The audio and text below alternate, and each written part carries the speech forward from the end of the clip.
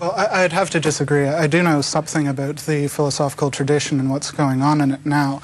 I think that, I think you're frankly just choosing people that are theists, right? And even if there were theists who are also philosophers, it doesn't follow at all that that the position is philosophically justified just because a philosopher No, says but it does follow that it is not true that the brights are all these atheists. That's just not the case. Well, I think that's probably established. I mean, there are, certainly at Oxford, without doubt, that there is a whole new wave of Christian believers.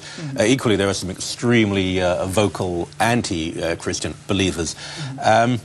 It doesn't alter the argument. We can agree, perhaps, I hope this is a fairly sophisticated setting, that there are bright people on both sides. There are intelligent, informed, decent people on both sides. It doesn't alter or affect the argument in any way. And on a purely practical level, before we close this segment, in the UK, buses with on the side, God probably doesn't exist, so just sit back and relax. I rather applaud that. I think it's wonderful, as long as the other side is allowed to say God probably does exist, stop being neurotic or whatever.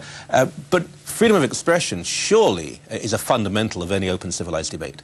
Absolutely. I think we can all agree on that. What I would disagree with is the implication of the slogan that the existence of God is a trivial question that needn't bother you.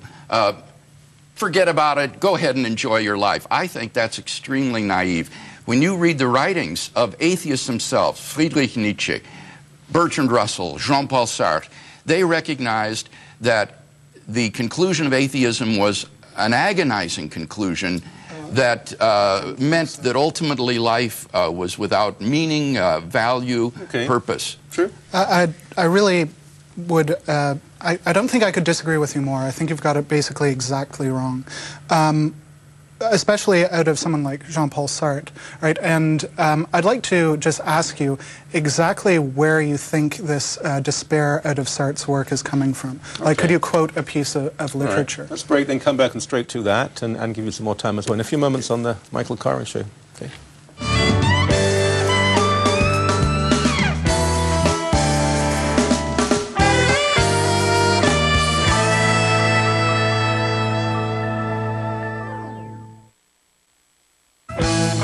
If you would like to contact The Michael Coren Show, please write to The Michael Coren Show at 1295 North Service Road, Burlington, Ontario, L7R4X5, or send an email to info@michaelcoren.com. If you would like to know more about CTS TV, we invite you to visit our website at ctstv.com.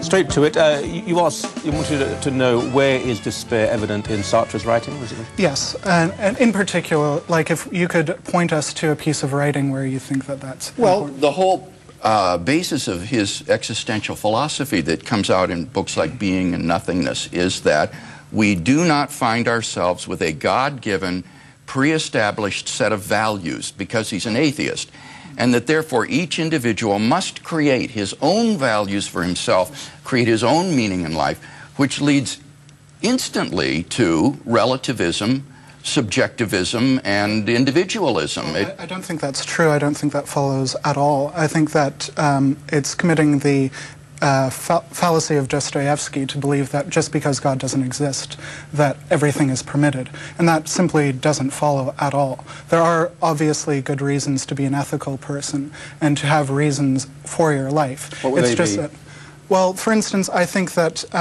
there are reasons to be good simply by the fact that we feel a necessity to do so, right? I think that innately, and I do study moral cognition, moral psychology, that's actually where my work is being focused, that there are basis of feeling empathy towards other beings, right? And I think even if we had, like I'd emphasize also that this empathy has to be established even in a Christian tradition. Like, if you go from the Bible, you're not going to get objective morality. It's actually impossible to. It doesn't follow from, because ultimately what you'll be doing is either you'll be saying there is an objective morality that God happens to be following, or you'd be saying that... You can't happen to follow it if it's objective. Sorry? You can't happen to follow if it's objective. It's either objective or you happen to follow it. Oh, okay. Well, sorry. Moronic, I misspoke. I'm sorry. Misspoke.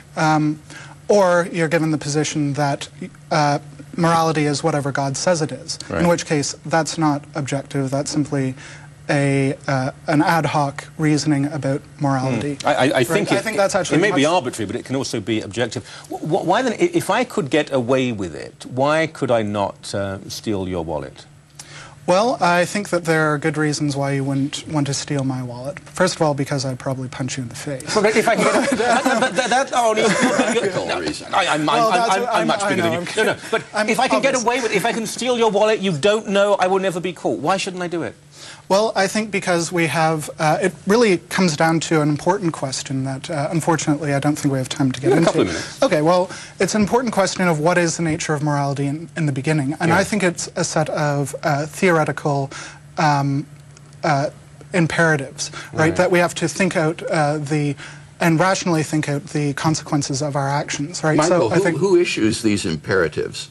Well, actually, I think the imperatives come from a system of discussing them and being rational about them. I certainly don't think that these imperatives can or do come from a God, especially because we do see, and you'll have to admit this, that even religious people have great differences in what they believe to be ethical behavior, right? Like, But they believe in ethical behavior. They differ in what they believe to be ethical behavior. Yeah, exactly. But you're saying there is no such thing as ethical behavior, or there is, I and you never can make it up as you go along. You still haven't answered the question, though. Why, if I can get away with it, you won't be able to hit me, the law won't get me, why shouldn't I? Well, what I started out with was saying that we need some nature of what moral statements are, right? So from that basis, I would say that the reasoning why you wouldn't do it is because you'd have some minimal obligation to other people, right? Why? And, well, I think at some point, actually, moral arguments do have to drop off, right? And I think this is also true of the theist position, right?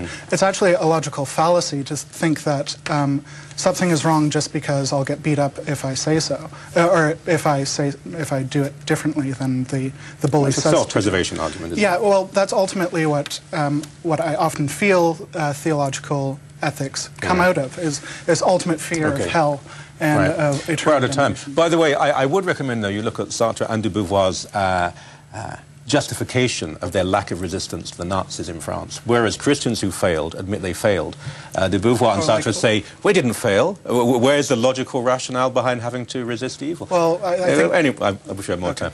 I've got a break. We'll come back with emails and goodbyes, and God will tell us if we've done well or not. See you soon.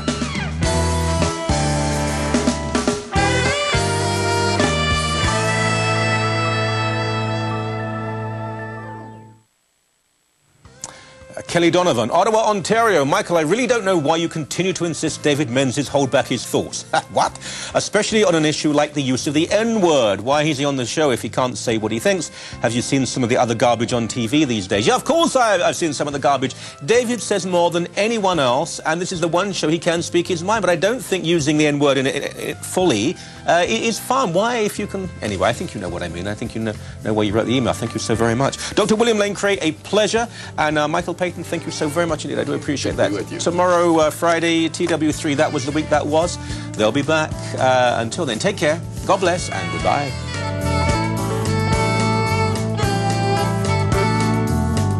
Michael Coren's wardrobe supplied by Stollery's, serving Canada's business community for over 100 years. Stollery's at Bloor and Yonge.